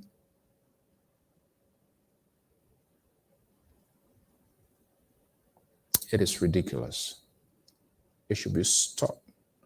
Liberians far and near, cross country, everywhere under the length and breadth of this earth, they count on all of us. Maybe you apologize between the same, but it would be more decent to come back to your audience. You are doing it for the audience, not you necessarily. Get yourself out of the picture. Erase yourself from out of it. It is not for you to have come back, say, folks, the devil is busy. Nobody can question the devil. Nobody got a devil telephone number. Or Anthony Yakula, I'm sorry, I went over the edge. But you come back to say, if you want to come, and then you say, is everybody network? That statement is not reconcilable. It doesn't collaborate. Then it no longer becomes everybody network. If I did that to something too, or Amos George, I think the board chair, the next day I'm going to be getting a phone call either to reprimand suspension, unless immediate apology. And it must be done in public. This is what is lacking in our politicians. And we in the media giant profess to be, we are doing that. Liberian politicians, they don't take responsibility of their wrongdoing. And you people all have to be the facilitator of these wrongdoing, because when they do it, you come back and tell us 1847, J.J. Rowell did it, Joseph Jenkins Rowell did it, and nobody were held accountable. So they're doing it now, so it's good. That's exactly what we are doing. I hope a lesson is learned from this, and that he will no longer And even if it will be done, so I don't think it will be with Mariah Yakula. Well, it's 8:47 p.m. Eastern Standard Time. I'm Alphonso Zean Soe of the Liberia Public Radio. This is Alphonso's take in today's edition of Freedom Watch. I want to thank you so much for your time, your energy, and your courage. Be aware of your own surroundings. Be alert of your own information processing. Even if I come here and say it to you, saying it does not necessarily make it 100% perfect. You can also challenge my talking point, and that's why we put the number here. That's why when people call here, we also hold them to responsible. When these falsehood subliminal messages are spilled all over the place, people run with it without then verifying what they receive, they process it, and they act on it. And that's why when you call on my program here, you better be careful what you say or who you're quoting, because you too will be held accountable. Yes, and you should be held liable as well, including myself, no exception. If we are to make Liberia vibrant, information sharing and our work must be proportional. Respectful. If media, we don't respect one another, how the politician and the one who looking for a job, how they want to respect one another? So these things that we exhibit, but more or less it becomes transferable to the actions of these people. This is why you see our politicians, they're behaving like children, toddlers, babies, wearing diapers. No rule of engagement. They don't sit and have a conversation. All day is drama, cussing. Nobody, no, the lack of political tolerance. I would say, go back to the media history of Liberia. Kiss FM, for those of you who were in Liberia, you were there. That was the darlings of Taylor. And the reasons, and this is why we always try to discourage these politicians. They have all of the lawmakers now, and everybody have media. Can we stop them? Well, we can stop them, and it's a challenge. Because they want to control, they have the narrative. That's why we get over 500, maybe 1,000 radio stations in the country. So what are the information are we sharing? Let me put myself in a basket of deplorable.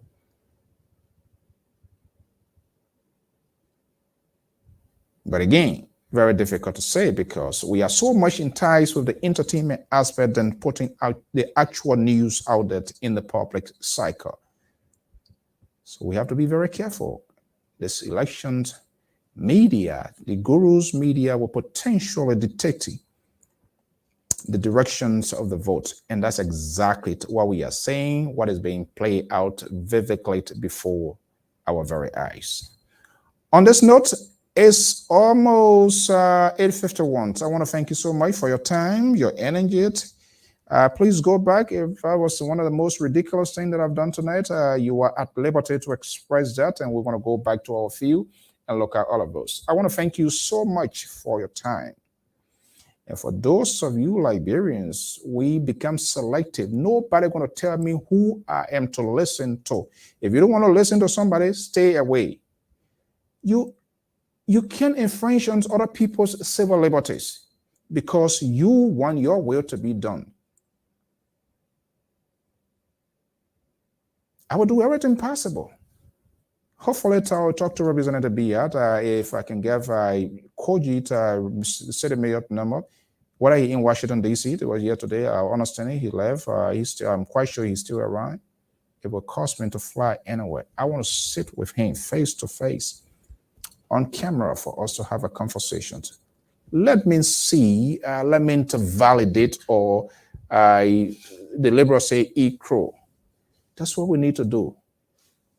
I should listen to only Joseph Boyka, Ellis Coleman. I shouldn't listen to George Weah or the other folks. Yes. Do I agree with their policy? Absolutely not. So what should I do? Should I execute myself? Absolutely not. So these media gurus is all about themselves. And you, the listeners, viewer, you are aiding and abetting these sort of bad behaviors when it's in your favor. Then you carrying squad, RE versus Barrow, Black Star versus Lone Star. And then you think Liberia as a country can transform overnight. Remember, CDC did it the last time to Helen Johnson Sirleaf. So other people are doing it. So it becomes a visual cycle. So whether he wins it, other people who lose it, other people see it works, they're going to do it. Because they were throwing casket. We all saw what they were doing. What was the root of engagement? Nothing. Even they disapproved Major KOJI of coming here. What I thought these so-called advocates, I call them so-called because they don't represent anything. They don't have nothing as far as I'm concerned. Their behaviors, their talk cannot even persuade any single vote. They say that all day. I guess some of them go to bed or end up taking more Tylenol than I do. Because they scream, they don't talk anything, they don't argue, they don't tell people what their candidates represent, what their candidate going to do differently. You take up all of your 2 hours, you talk about your opponent when you should be talking about the good and some of the transformations your leader will be bringing. So they are more helpful. They are not even helping the candidate either. But then when you come back again, you say, but give me a break. The candidate then will say, yeah, well, they're doing their own thing. No, it's wrong. This is where John McCain took that microphone. That was an ordinary voter, but he understood, he knows the behavior of that single individual what caused him his political career. He said, no, this is not who I am. This is not what I represent. And I who want to be president of this great country, this is not what the country deserves. But Joseph Boyka, George Weah, Elizana Kumi, Benena Ure, Nyombi Kanga Lawrence, they have all their dramas or comedies all over the place, and they don't say anything yet. They say they want to leave. So who are they going to leave? Also, when they get there, then we should respect them as well equally. I thought they would have galvanized themselves in a civilized society, saying they are in a civilized country, and made a good presentation. Maybe the conference he, Major KOJI, drive, curve something, season, and go there and meet look at the local officials were there and make their case. These are our concern as Liberian base here in the USA. What is unfolding? Present something tangible, not circumstantial, because you feel it happen, so it should happen. These are the things you do, and you want for people to talk things that you think your people to hear from that. No. If you come from us, if that's why you come from, sorry. Never to return, NTR. We don't do that here. Now what in your ballot, you think that's what, I'm not a soothsayer to go in your ballot and think that you want to hear from me to vomit, throw it out. No, capital N-O. We have serious issue confronting the country. And all of us, you're doing those kind of stuff. And you're feeling Liberia this, Liberia this. The people compare Sierra Leone with Liberia. See what is going on right now. Marabio's speech, and he was saying, he said the diaspora and Sierra Leoneans are the ones that are creating problem. Is he right? I don't know. But I'm just saying the lack of civil conversations, engagement. Why can't we meet him and make him stand up? Because when you go Liberia to see him, you're going to turn security, they will not even give you a chance. But here, you were accessible to him when he made himself available. That was a perfect place for people to go and ask all of the upside down questions and see and hear what he's going to say. The people all day, all night on the iPad too, because maybe one of the three, one is elected, will end up being the Carrasco to be on the live screen as well. Folks, I'm sorry. Time has caught up with me. You have a pleasant evening. Bye-bye.